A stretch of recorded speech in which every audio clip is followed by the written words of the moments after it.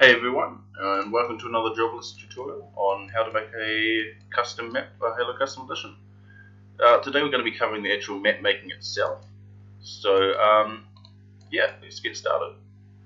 You may have noticed that this video is not in a playlist. That's because all the videos are linked to the tutorial website, which has a link in the description. I strongly advise that you actually look at that website because a lot of information isn't in the description on YouTube. So yeah, check it out, go through it. I also expect that you've done the previous two, all the previous stages of this tutorial. So I'm going to start going through these. I might not explain them very well because I've explained them previous. So yeah, have a look at the tutorial. Right, so I'm going to start off here by making a cube because if you've seen the picture I've posted on my tutorial, you will note that there is a cube shape in the middle. Of course, first I need to actually switch to edged faces. I've already done that, so if you haven't, then make sure you've highlighted edged faces. So you can go create a box set to cube, about that big. It doesn't really matter exactly how big you make this because you're going to be scaling at the end anyway, but it's always nice, to have a good size. You can actually see what you're doing without having to zoom out heaps. So I'm going to make it about that size. I select it. What's going on here? There we are. Select it and convert to editable mesh. Okay.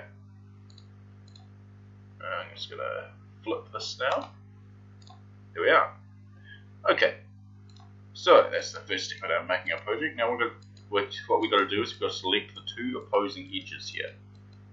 So the way we do that is we start off by selecting one. So you want to go to polygon, select one edge, and then you actually need to go inside the object to select the other edge. Otherwise you'll deselect the edge you just selected. So scroll right in, go hold down Control and click to select the other side. So now I've got the two sides selected. I still need to select the ground though, because if you've seen the picture, the ground has an obelisk, and we're going to be tessellating these in a moment. So we need to make sure we've selected all of them now, otherwise it won't tessellate properly when we do it later. So yeah, I've selected the three sides on tessellate now, and I'm going to tessellate them. I want to set tessellate to 0, which I've already done, but you guys might not have. And I'm going to tessellate this until I see this. Yep, 3 times, I think it is, because I want this little area here, this little square on both sides. Okay, so now that we've done that, now if you've looked at the diagram, which I advise you to do, that's on the second page of the tutorial, you'll note that it's the idea of this particular small multiplayer map, it is a small map, will be to have 2 passages coming out on either side of the main courtyard. Both passages will be a base of some sorts, and in the middle there'll be an obelisk. So we're going to start off with making these passages. We're going to need to do the same thing as last time to select both sides. Yeah, you see, it's selecting, you get this a lot. It will select random ones. You've got to be very careful what you're selecting. As you can see here, I've selected 2 different faces, one up here as well. I don't want that to happen. So you just keep redoing it until you get it right.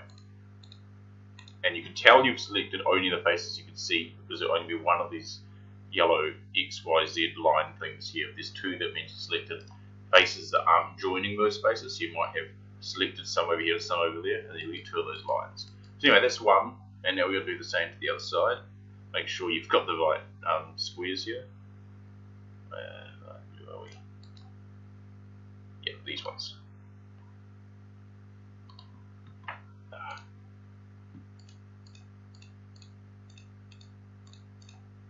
If you reselect one of the items you're selecting, it'll deselect, so it won't be selected anymore.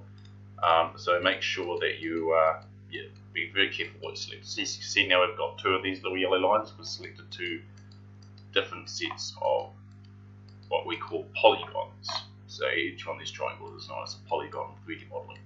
Okay, so we've selected the 2 sides we want. Now the next step we're going to do is we're going to extrude them. And what the neat thing is, selected both of these, I can extrude both oppositely outwards to the same length. So that's inwards, but we want outwards. There we go. So that should be about right. There we go. As you can see, we've got our 2 sort of base areas. Now I think, these being little bases, might be good to make a little room at the end of the corridors. So I haven't drawn that up, but you know, that's a good idea. So we're going to select bevel now, and we're going to bevel it out just a little bit, not much, so we can broaden it outwards like this, see? So if you look at the left view, you should see that it's came out a little bit. And then finally we'll extrude it again, makes it a little bit heavier. That should be about right. Okay. So those are our two bases. And we've got our main courtyard. So the next step we've got to do now is we need to make the obelisk in the centre of the courtyard on the drawing. So I'm going to go select a few of these triangles. It used to be 9 squares, so we'll select the total. So I'm looking out now to make sure there's the only ones are selected here. Yes, they are. Alright. Now, these ones here, the obelisk is a 2-tiered structure. So to begin with, because I don't want to make this look a little bit 400-ish, I'm going to extrude them out a little bit, about that high. You've got to remember that if you're going to have a player jumping over this area, so you don't want to make it so high that the player can't get on top of this obelisk area. I'm just going to pull it out a little bit with bevel, give it a nice beveled look to it. Alright, now finally, we're just going to select the middle tier, and we're just going to extrude that up a bit. Now, watch the left side here, because that will tell you how high it is. So we want about that high. We're actually going to extend the ceiling later for the skybox and some other stuff. So, but that's actually not going to be quite touching the sky there. Now, it looks a little bit off-center here. It's not. It's just we've put it a little bit off-center on the grid. Okay, and then we're going to bevel that one on the top as well. Okay, so that's the almost done now already. Now the next step is we're going to make an area for a sky. So far all this is going to be different metal textures.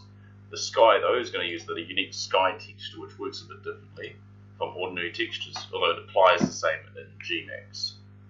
So I'm just going to extrude this a bit, you know, make a good area for the sky.